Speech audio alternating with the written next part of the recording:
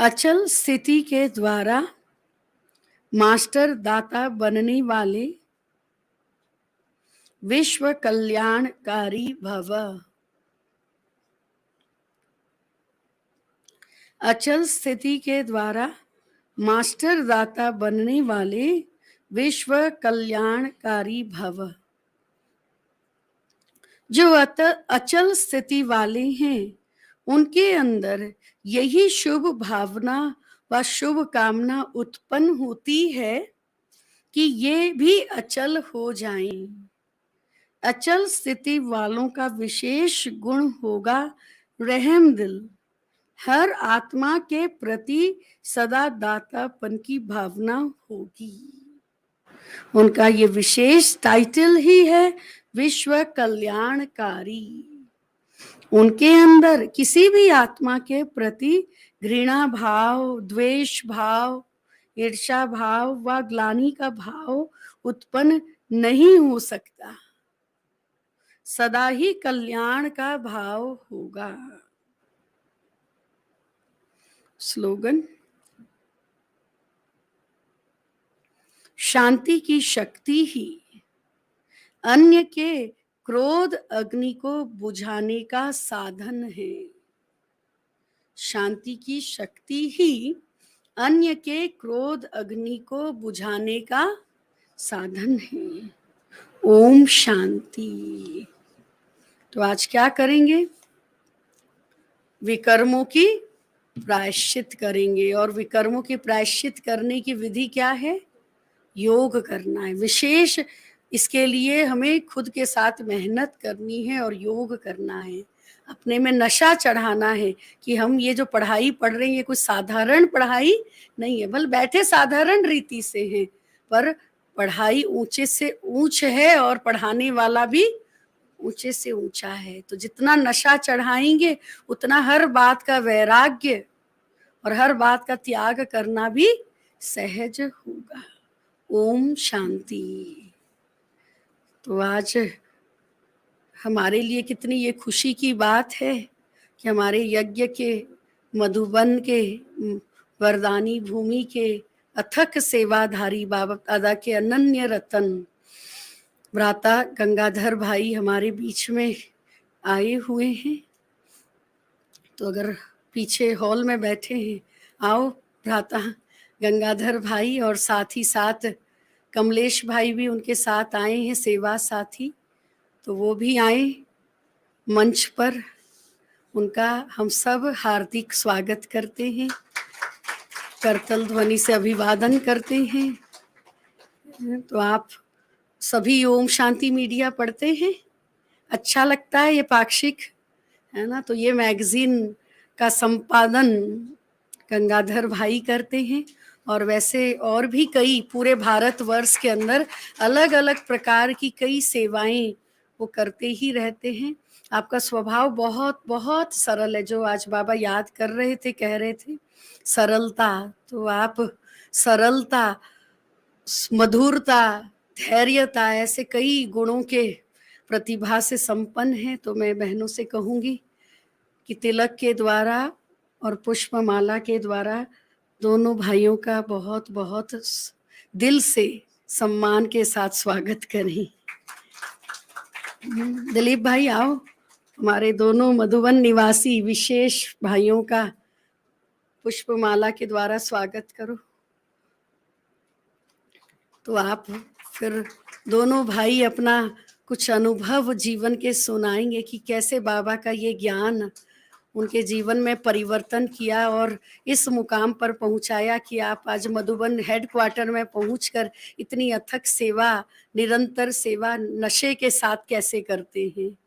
तो सुनाएंगे अपने अनुभव के खजाने, लुटाएंगे हम सब पर।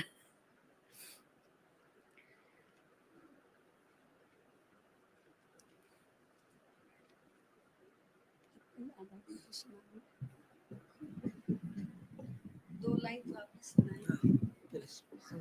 परिचय दे।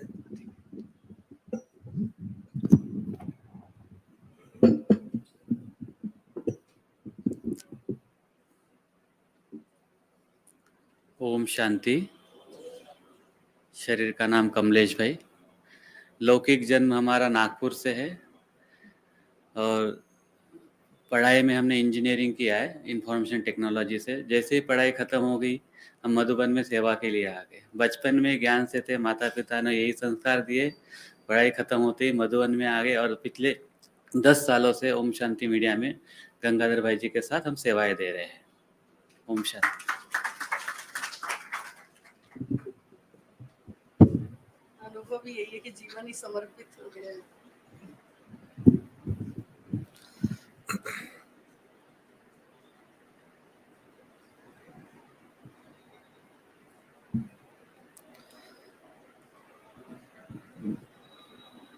ओम शांति।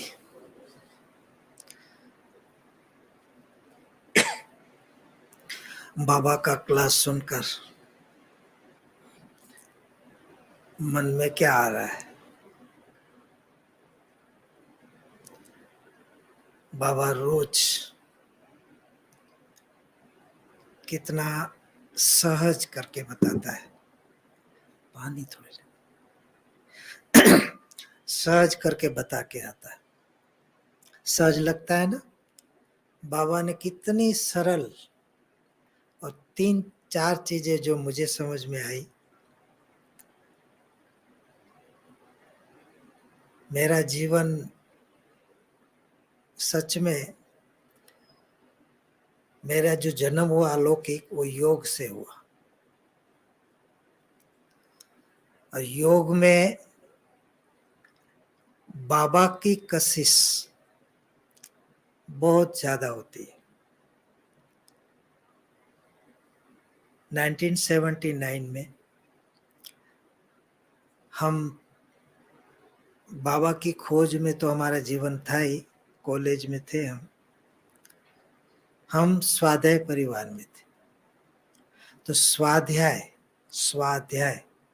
लेकिन थे स्वाध्याय, लेकिन स्व का अध्ययन नहीं होता था। नाम स्वाध्याय था, स्व का अध्ययन। मैं कौन हूं, मैं क्या हूं, मैं कैसा हूं, मैं किसका हूं, ये है स्वाध्याय, स्व का अध्ययन। लेकिन ये सब चीजें दूर थी। उसी कड़ी में 1979 में हम गीता पाठी थे, प्रचार प्रसार करते थे। तो एक दिन शाम को 7:15 बजे मैं एक गीता पाठशाला, जो एक बाबा की गीता पाठशाला थी, उस एरिया से गुजर रहा था। तो मैंने देखा ओपन कलयुग जा रहा है और जल रहा है, वो चित्र सामने लगा हुआ था गीता पाठशाला के सामने। मैंने सोचा कि यहाँ भी हस्तरेखा वगैरह कुछ देखते होंगे बैठे। तो अंदर जैसे कि प्रवेश किया तो 25-30 भाई बहन योग कर रहे थे लाल लाइट में। और लाल लाइट में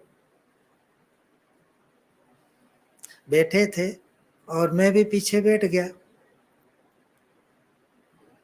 10-15 मिनट हुई होगी और व्हाइट लाइट हो गई, सब जाने लगे। तो जो भाई था, जो गीता पाठशाला जो चलाता था, वो दौड़ के मेरे पास आया। नहीं आप इधर आओ, जैसे कहते हैं बहनें मिलती। तो मुझे बताया कि आप कहाँ से आए हो, क्या करते हो, क्या नहीं। तो हम फैक्ट्री है हमारी, तो हम फैक्ट्री का व्यवसाय है हमारा। तो वहाँ हम करते जो बताया। बताने के बाद हुआ ये कि मुझे वो चित्र लगे थे, उसमें दिखाने गए भाई 5 मिनट आप। तो ऐसे दिखा रहे, तो वहाँ एक चित्र बहुत सुंदर था कि गीता में वर्णित युद्ध, हिंसक या अहिंसक। बाबा का उपोष है और शक्ति सेना साथ में है, बहुत सुंदर चित्र है। और हम गीता पाठी थे, तो वहां मेरी क्लिक हुआ कि भाई हम अगर हिंसा करते हैं तो जेल में जाना पड़ता है, दंड भोगी बनते हैं, है ना। तो भगवान अगर हिंसा करता हो तो ये तो ज्ञान सही नहीं, तो वो ज्ञान सही नहीं। तो वहां पर जैसे क्या कि अहिंसक,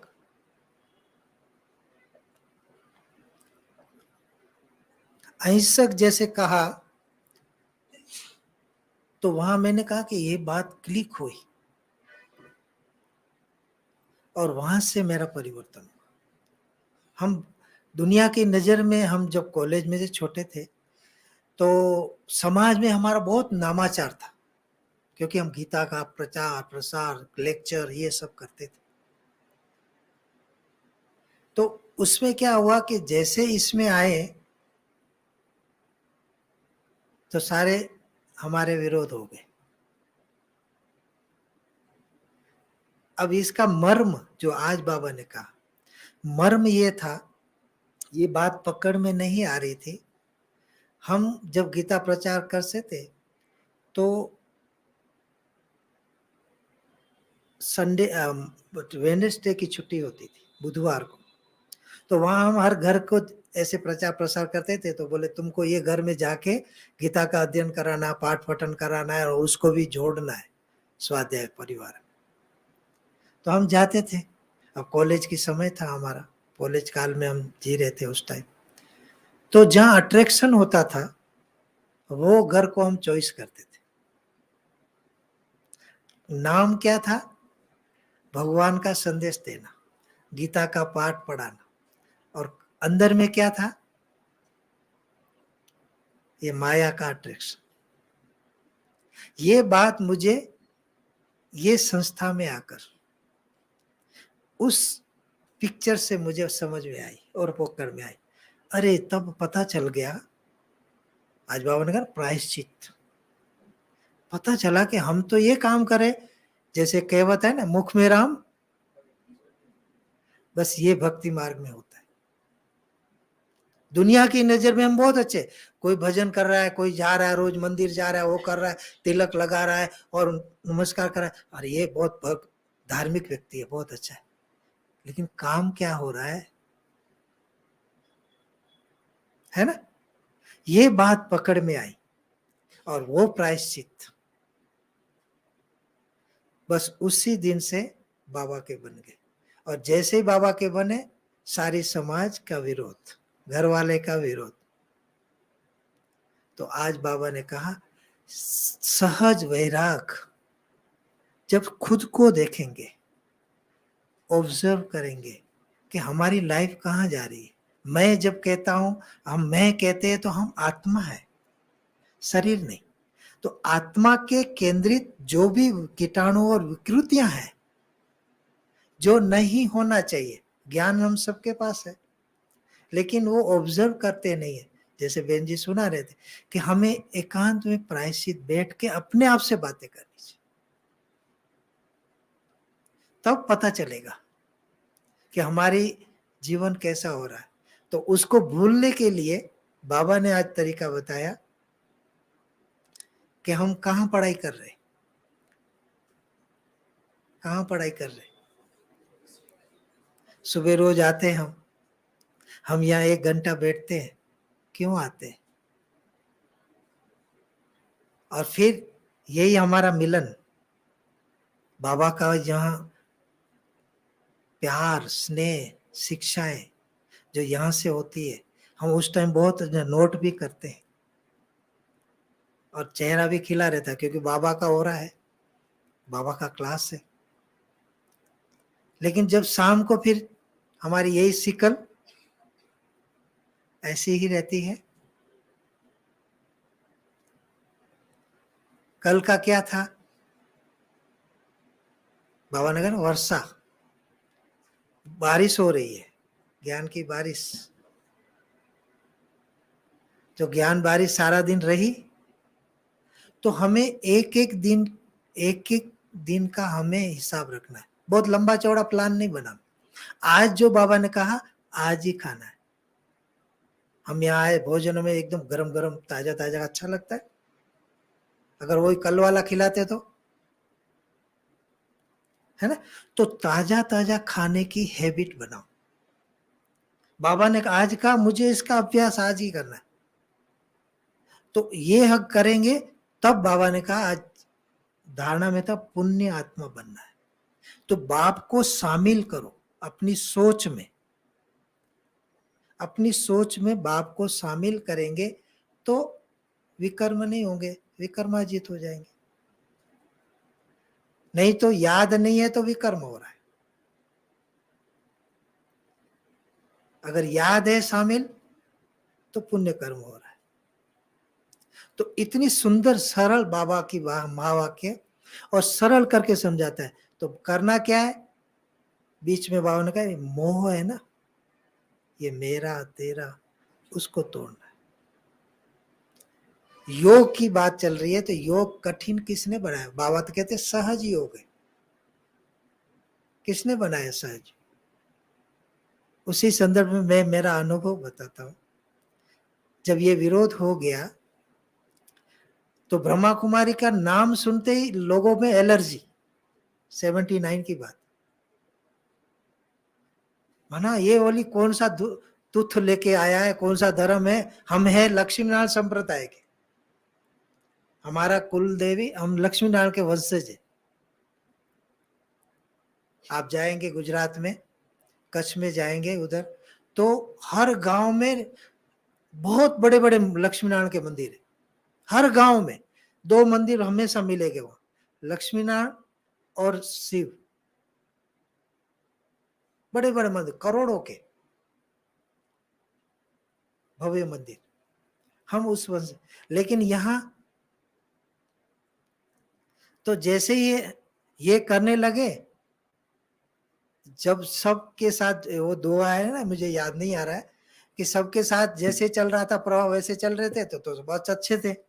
जैसे थोड़ा हट के काम, खुद के ऊपर अटेंशन गया, अरे मैं तो ठीक नहीं कर रहा हूं, तो सब हमारा विरोध हो गए। तो ऐसे हमारे जीवन में जब 1985 की पदयात्रा जो निकली ब्रह्मा कुमारी संस्थान से, 13 जगह से निकली, तो मैं बाबा की रात को नींद नहीं आती थी बाबा का ज्ञान मिलने के बाद। आज बाबा कह रहे थे तो मुझे वो बात याद आई, प्रायश्चित। माना हम कैसे कैसे काम करते थे, कैसे कैसे हमारी दृष्टि थी, कैसे कैसे हमारी सोच थी, कैसे कैसे हमारा। तो आज बाबा ने कहा विश्व कल्याण कर, तो विश्व कल्याण की सोच वरदान में जो विश्व कल्याण, तो ये सब चीजें समझ में आई और वो पकड़ में आई। तब पता चला कि पुण्य क्या है, पाप क्या है। तो पदयात्रा जब निकली तो मैं सोचा कि मैं, गुरुवार का दिन था, हमारे सेंटर तो एक ही था नागपुर में, एक ही सेंटर था, और 20 किलोमीटर से हम साइकिल से जाते थे, क्योंकि गाड़ी हमारा भाई नहीं दे रहा था, स्कूटर। क्यों? तो इसीलिए वहां से जाते थे, और गुरुवार को कथा क्लास होता था, ऐसा ही हॉल था। तो मैं उस दिन गया था, थोड़ा लेट हुआ तो पीछे ही बैठा था, और पीछे बैठा था तो उसमें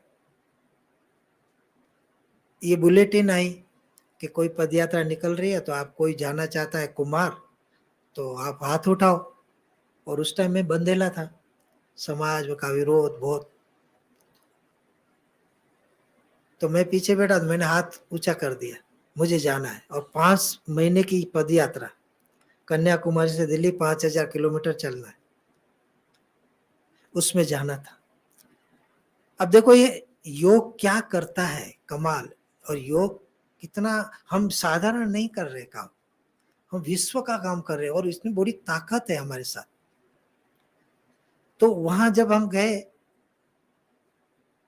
तो फॉर्म भरना था, एक तो घर से छुट्टी, फिटनेस सर्टिफिकेट, और इतने टाइम चल सकोगे नहीं चल सकोगे, ये सारी चीजें, डॉक्टर सर्टिफिकेट सब चाहिए, आपका स्वास्थ्य वगैरह। तो हमने, अब हो गया, बुलेटिन जानी थी, उस टाइम तो फोन नहीं थे, तो पत्र व्यवहार होता था, और फोन भी ऐसे वाले थे जो घुमा घुमा के लगता था, उससे लेना पड़ता। तो जब ऐसी बात हुई तो मैंने कहा ठीक है मुझे जाना है, हाथ ऊंचा हो गया। उसके बाद चलता रहा, मैंने फॉर्म भरा, तो डॉक्टर से, तो एक तो हमारा फैमिली डॉक्टर था, तो वहां जाके डॉक्टर फजल करके था, उसको बताया कि भाई मैं मेरे को फिटनेस सर्टिफिकेट दे दो, तो उसने तो लिख के दे दी। अब घर वाले छुट्टी लेना है, घर वाले तो विरोध थे, मैं भाई के साथ रहता था, बड़े भाई के साथ। तो अब क्या हुआ कि अभी रोज बाबा का योग करना। अब ये मैंने, ये जो गीता पाठशाला में जहां हम क्लास करते थे उसको बताया, तो उसने उस टाइम ज्ञान बहुत सीधा सीधा, आजकल थोड़ा ज्यादा विस्तार से समझाते हैं। तो उसने कहा कि आपको अगर पदयात्रा में जाना है और यहाँ से आपका समाज का विरोध हो रहा है और उसमें से आपको जाना है, तो ये विघ्न उसी से खत्म होगा। आप 2 से 5 योग करो रोज, डेली, और यहां करो गीता पाठशाला। तो हमने कहा बात तो सही है, योग से विकर्म विनाश होता है, तो जो हमारा बोझ है खत्म हो जाए। तो उस टाइम हम 4 किलोमीटर से रात को आने लगे, क्योंकि घर में सोते थे तो घर में तो जाना नहीं होता, पढ़ाई करते थे। तो हमने बहाना बनाया कि हम फैक्ट्री में सोएंगे, वहां रूम था, तो हम वहां दोस्त के साथ पढ़ाई करना है, इसलिए हम वहीं रहेंगे। तो ये बहाना बना के हम फैक्ट्री में सोने लगे, और वहां से सुबह 2 बजे उठकर यहाँ योग करने लगे, ताकि हमारा विघ्न खत्म हो जाए। और हमारे जो इच्छा है कि हम बाबा की सेवा करें, जन जन को संदेश दें, तो उसके, अब देखो योग की कमाल, आप देखो उस टाइम तो हमें इतना ज्ञान मैच्योर नहीं थे, लेकिन बाबा जो कहता था वो करना है बस, सीधा सीधा। तो भाई ने कहा और हमने कर किया। तो 3 साल हमने रेगुलर, विदाउट एक दिन मिस किए हुए, 2 से 5 योग गीता पाठशाला में किए, रोज आते थे। और उसमें मना ये झुटका बुटका तो हमें संपूर्ण में भी नहीं आता था, कि बाबा, बस बाबा, ज्यादा विस्तार नहीं, बाबा को देखो, और बाबा जैसे कि उमंग उत्साह में ऐसे करा। तो अब समय नजीक आ गया, तो अब मुझे छुट्टी लेनी है परिवार से, भाई की वो कागज चाहिए। तो अभी 15 दिन बाकी रह गया, तो उसने, दीदी ने बोला कि भाई आपका आया नहीं है, तो फिर वहां तो मुझे मधुबन भेजना पड़ता है, तब वहां से पास होगा तभी आप जा सकेंगे। लास्ट 15 दिन मैं रोज बाबा को योग में कहूं, बाबा मैं आज तो भाई को बता के दूंगा और चिट्ठी ले लूंगा। जैसे ही जाऊं, भाई का ऑरा इतना पावरफुल, क्रोधिल, जो मेरा योग मैं बोलूं और मुख से निकले नहीं। ऐसे 4-5 दिन रोज होता रहा। अभी लास्ट डेट आ गई, तो एक दिन मैंने बाबा ने कहा आज तो मैं करना ही है, जो भी हो। तो योग करते, हम फैक्ट्री बंद हुई 5 बजे, और फिर हम अंदर गोडाउन में जाके किसका किसका ऑर्डर, ये सारी चीजें देखने लगे। तो मूड उसका बहुत अच्छा था, भाई का। तो मैंने कहा कि ये सब ऑर्डर पूरा हो गया, ये हो गया, हाँ हो गया। मैं बोला मूड अच्छा है, तो मैंने कहा कि हमें ना ब्रह्मा कुमारी में पदयात्रा निकल रही है 5 महीने के लिए, तो मुझे वहां जाना है। और उस भाई ने, जो मेरे को रोज डंडा बरसाते थे, मैं भी चलूंगा। और मैं सीधा ऑफिस में गया और A4 साइज का पेज लेके आया और उसकी साइन करा ली। मैं बोला उसकी उमंग है, ले लो, बाद में लिखा जाएगा। बस ये है योग की ताकत। तो बाबा का सहज, हम बाबा को छोड़ दे, योग को कठिन हम बनाते, सोचते कैसे करूंगा। तो एक बार तो ये हुआ कि मैं ये बहाना बनाऊंगा मैंने नहीं बताया तो बता दे। बहाना बनाया कि मैं गुजरात जाऊंगा पापा के पास, और ऐसा बहाना बना के वहां से निकल जाऊंगा पद यात्रा। लेकिन उसी दिन मुरली में आया, बच्चे झूठ नहीं बोलना है। झूठ कौन बोलते हैं? ये तो आसुरी संस्कार है। तो वो भी का फेल हो गया। तो इस तरह से बाबा जो कहते हैं इसमें कितना कल्याण है। और हम जो यहाँ जो 1 घंटा आते हैं ना, बाबा के वर्षा हो रही है, और हमें आत्मसात आत्मा समझकर बैठते हैं, तो पता चलता है कि कहाँ कहाँ हमारी धाराएं बिखरी हुई है। जो सोच सोच के कैसा होगा क्या होगा बहाना बनाएंगे, ऑफिस के पास जाएंगे तो ऐसा करेंगे, उल्टा सोच, कितने सारी चीज बोलते रहते हैं, बाबा को नहीं बताते। बाबा को अगर बता दे तो ये बोझ अभी बाबा को देने का, ये संगम युग है, और उसमें भी हम अंतिम चरण में। तो अंतिम चरण में जब बाबा है, बाबा साथ दे रहा है, बाबा मेरे सारे बोझ हरने के लिए तैयार है, लेकिन फिर भी हमारी आदत है ना, हम ही सोचते हैं कैसा होगा, ये ऐसा करना पड़ेगा, वैसा करना, कितना सारा सोचते हैं। ये सोच बाबा को देना, हमें बच्चा बन जाना है। एक छोटा बच्चा है, अगर छोटा बच्चा है, उसकी पालना और उसकी रक्षा, उसका कैसे पहनना है, क्या करना है, कैसे खिलाना, सब ख्वाहिशें कौन पूरी करता है? तब बाबा कहते तुम बच्चे बनकर बैठो, बच्चे बनकर जियो। बैठो माना जियो, मेरा सब ये समय अभी साथ दे रहा है, ये समय में इस सृष्टि पर है और हमारे लिए है। ये अनुभव कर लेना है। कई कहते हैं ना अभी क्या करें, अब तो 40 साल 50 साल से योग में चल रहे, लेकिन अगर हम आत्मसात करें, हम ऑब्जर्व करें अपने साक्षियों के बैठे कि भगवान मिला, मिलने के बाद मैंने उससे क्या क्या लेना था वो ले लिया, जो पाना था सो पा लिया, जो प्राप्त करना था वो ले लिया, प्राप्ति हो गई। जब ऐसे करेंगे तब आज बाबा ने कहा कि तुम साधारण नहीं हो, तुम प्रिंस प्रिंसेस बनने वाले। तो प्रिंस प्रिंसेस बनना है तो प्रिंस प्रिंसेस माना राजा बनेंगे हम। राजा बनेंगे ना, तो राजा के लिए क्या चाहिए, किस पर राज करेंगे? है? प्रजा चाहिए। हाँ, तो उसके संदर्भ में एक कहानी सुनाता, ये समाप्त करते। एक जैसे देखो ना, एक अच्छे कुमार देखो ना, एकदम बैठे बहन जी, देखो इसकी सूरत देखो, ऐसे जैसे बाबा है इसके चमक। तो ऐसे कुमार थे जो बाबा के रोज मुरली सुनते थे, रोज योग करते थे, जो सेवा दी गई वो बताते थे और चले जाते थे, और दफ्तर में चले जाते थे। जब विनाश काल हुआ, विनाश काल जब हुआ तो धर्मराजपुरी लगी। धर्मराजपुरी लगी तो सबका नंबर आया, इसमें ये वैशाली नगर का भी नंबर आया, लाइन से सब आया। उसमें ये कुमार जैसे बैठे हैं ना, तो कुमार आया तो उसको बहुत नशा था, क्योंकि उसने चार्ट रखा था जीवन, जब से अलौकिक जन्म हुआ तब से उसने चार्ट रखा था। क्या रखा था? रोज मुरली सुनी, यस। रोज योग किया, यस। किसी को दुख दिया नहीं, किसी को ये किया नहीं, माना उसका सब चार्ट एक्यूरेट था। तो धर्मराजपुरी के सामने आया, उस लाइन आई, उस लाइन आया, मैं लाइन में सामने गया तो उसने कहा, तो इसे कॉलर टाइट करके धर्मराज के सामने ऐसे खड़ा हो गया।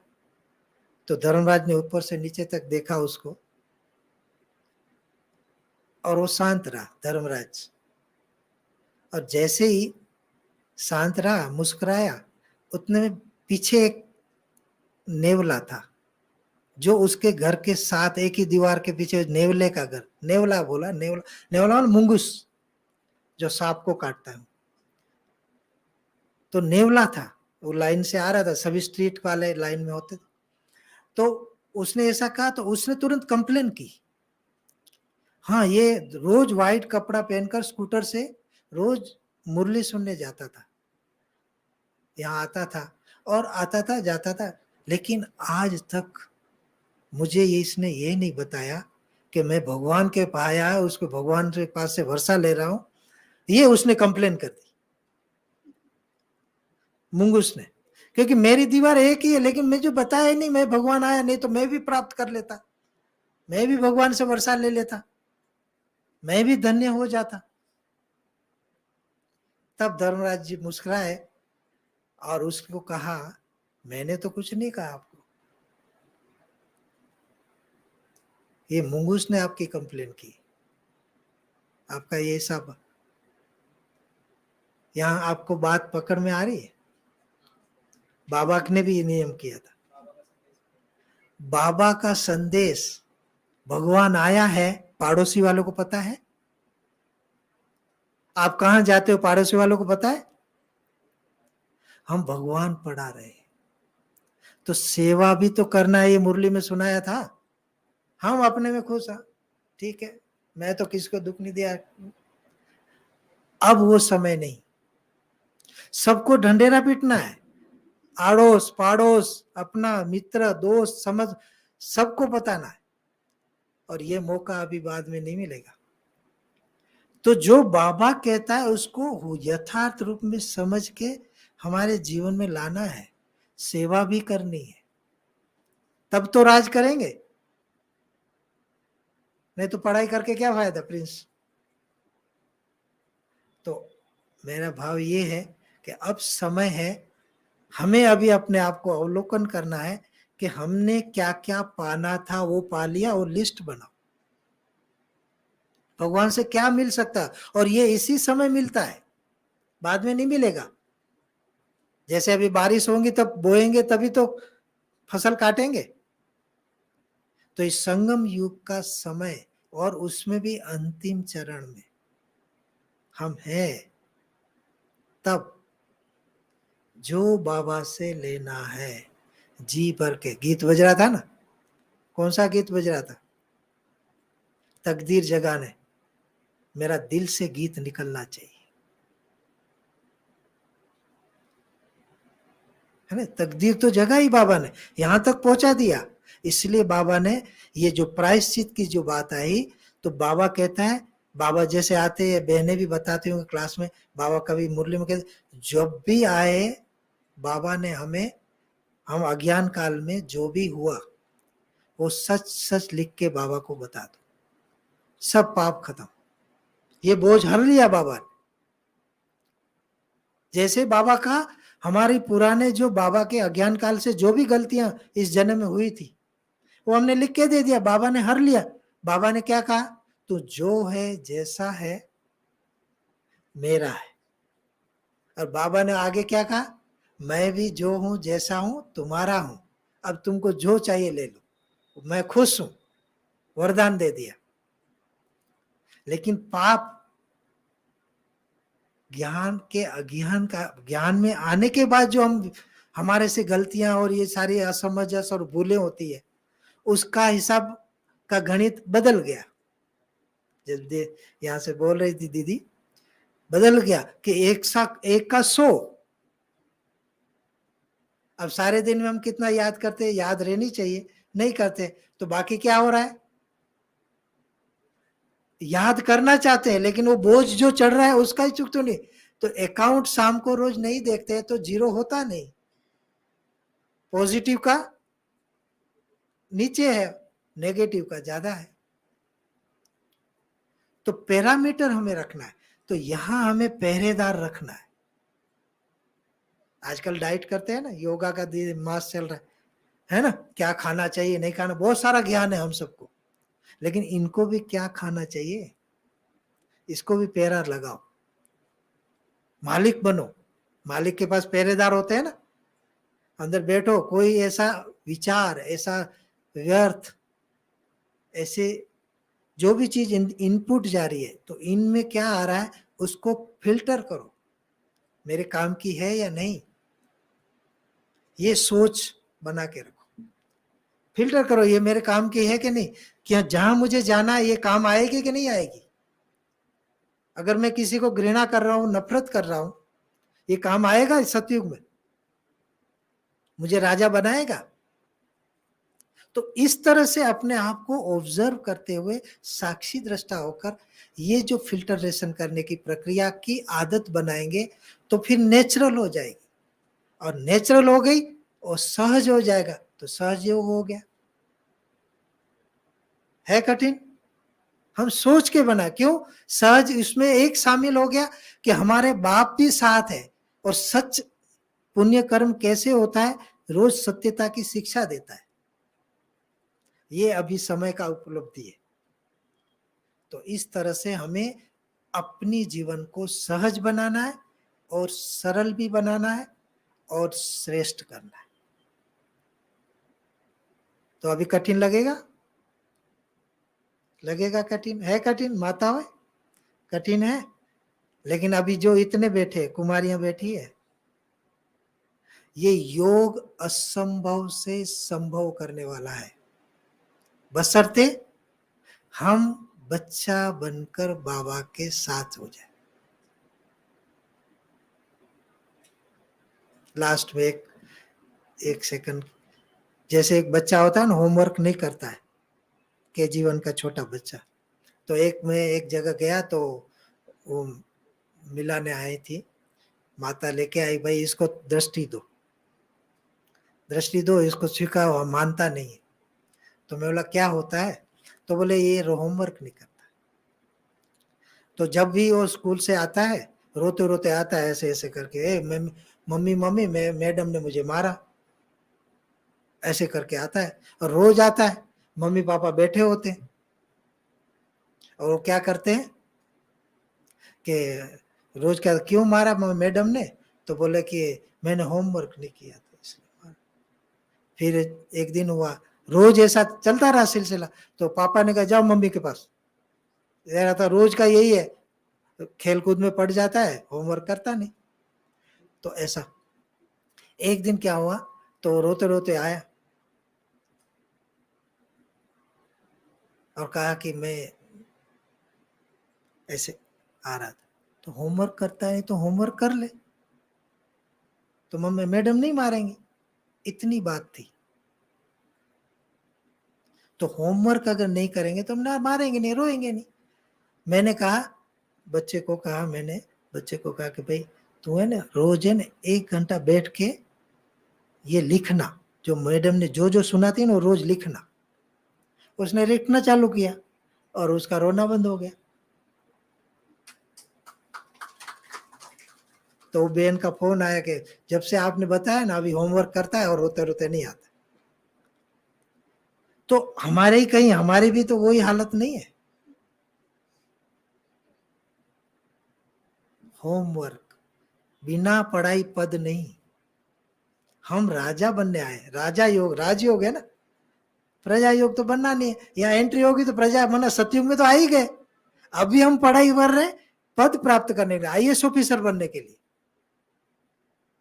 आईएएस ऑफिसर बनना है, उसका पैरामीटर है 8 घंटा पढ़ना होगा, खेलकूद को सीमित करना पड़ेगा, दोस्तों से थोड़ी दूरी बनानी पड़ेगी जो वेस्ट करते हैं टाइम। ये सब होगा तभी आईएएस बनेगा। वो पढ़ाई में ध्यान लगाएगा तो आईएएस बनेगा, नहीं तो पीछे हो जाएंगे। तो हमारी पढ़ाई है, बाबा जो उम्मीद रखते हैं हम सब बच्चों को। तो जयपुर, कल भी बाबा ने जयपुर को याद किया, ये राजस्थान है ना राजस्थान। तो सब कौन बैठे हैं, राजा है ना, यहाँ एक एक बच्चा राजा है। तो राजस्थान वाले सारे दुनिया पर राज करने वाले, है ना। तो इस तरह से अपने पुरुषार्थ को सूक्ष्म बनाओ। हम नहा रहे तब भी पुण्य काम कर सकते, ब्रश कर रहे हैं, बाबा ने सिखाया, सारी मुरलियों में आता है कि किसको वो लोटी चढ़ा रहे हो, है ना। तो हमारी सोच क्या है, नहाने जाओ उसके पहले मुरली पढ़ के जाओ और वो विचार अंदर में चलाओ, तो वो पुण्य कर्म हो जाएगा। ऐसे ऐसे हर एक्शन में जो भी हमारा दायरा है उसमें बाबा को शामिल करो। बाबा की शिक्षा क्या कहती है, जो होना चाहिए वो हो रहा है या नहीं हो रहा, ज्ञान तो है हमारे पास, तो इस तरह से हमें एक एक कदम आगे बढ़ना है ना सहज। राजापन जाएंगे। ओम शांति।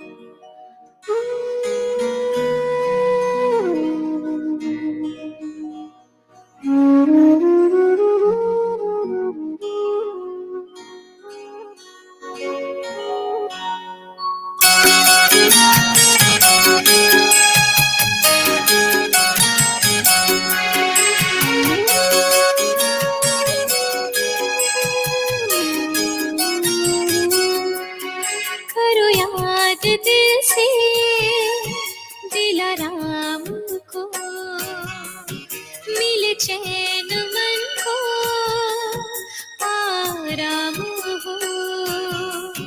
करो याद दिल से दिलाराम को, मिले चैन मन